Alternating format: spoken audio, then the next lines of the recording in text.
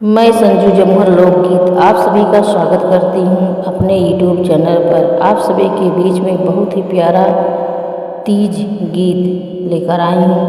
आप सबको जैसा लगे बताइएगा कि आप सबको यह गीत कैसा लगा। अगर चैनल पर नए हैं तो लाइक सब्सक्राइब शेयर करें, ज़्यादा से ज़्यादा हमें सपोर्ट करें। तीज के बरत बड़ा पावन बहुते मन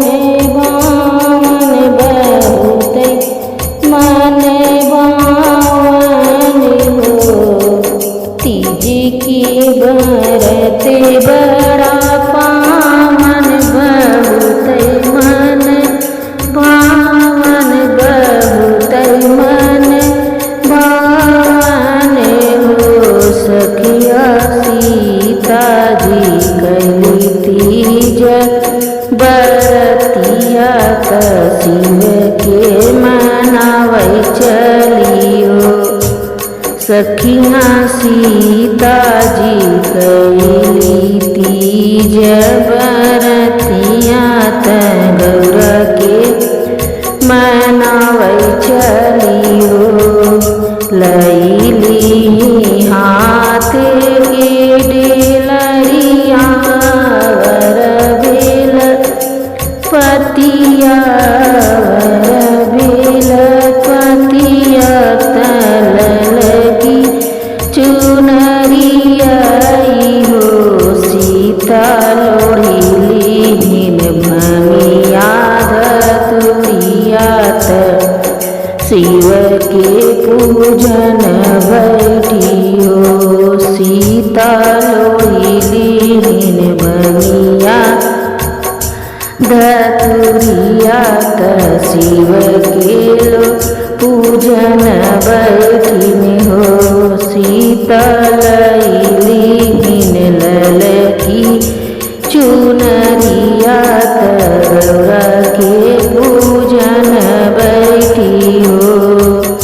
चुनी चुनी फूलवा सजावैत फलवा चढ़ावैत शिव की मनावै हो।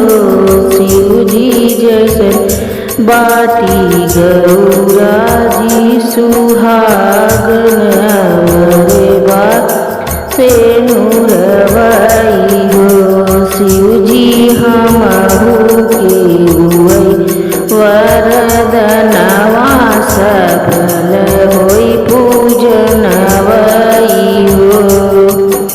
इतने बचन सुने शिव जी सुन ले सुन मगन भइले हो। सीता पूरा होई तुहरा मनवा सफल होई पूजनवाई हो। सीता पूरा होई तुहरा मनवा सफल होई पूजनवाई हो। पहिला मन सीता मांगैत शिव से अरज करई गौरा से अरज करई हो। सीता मांगै अयोध्या ससुराल जनकपुर नैहरी हो। सीता मांगै अयोध्या ससुराल जनकपुर नैहरी हो। दूसरा मांगन सीता मांगैत शिव से अरज करई गौरा से अरज करई हो। सीता मांगै कौशल्या रानी सास ससुर राजा दशरथ हो। सीता मांगै कौशल्या रानी सास ससुर राजा दशरथ हो।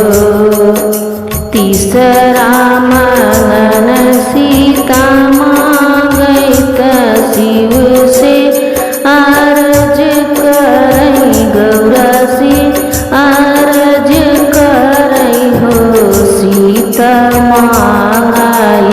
संता जैसी ननदानंद ऋषि श्रृंगिनी हो सीता मांगई संता जैसी ननदानंद ऋषि श्रृंगिनी हो।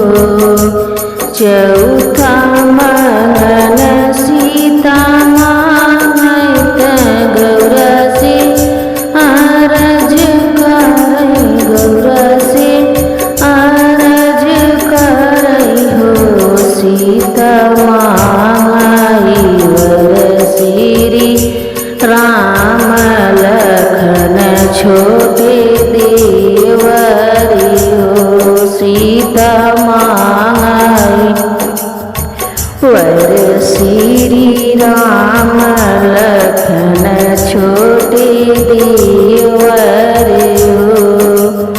पचवा मंगन सीता मांगत शिव से आरज करई गौरा से आरज करई हो सीता मांगई लो कुश लालत पुत्र हनुमान हो सीता मांगई लो कुश लालत पुत्र हनुमान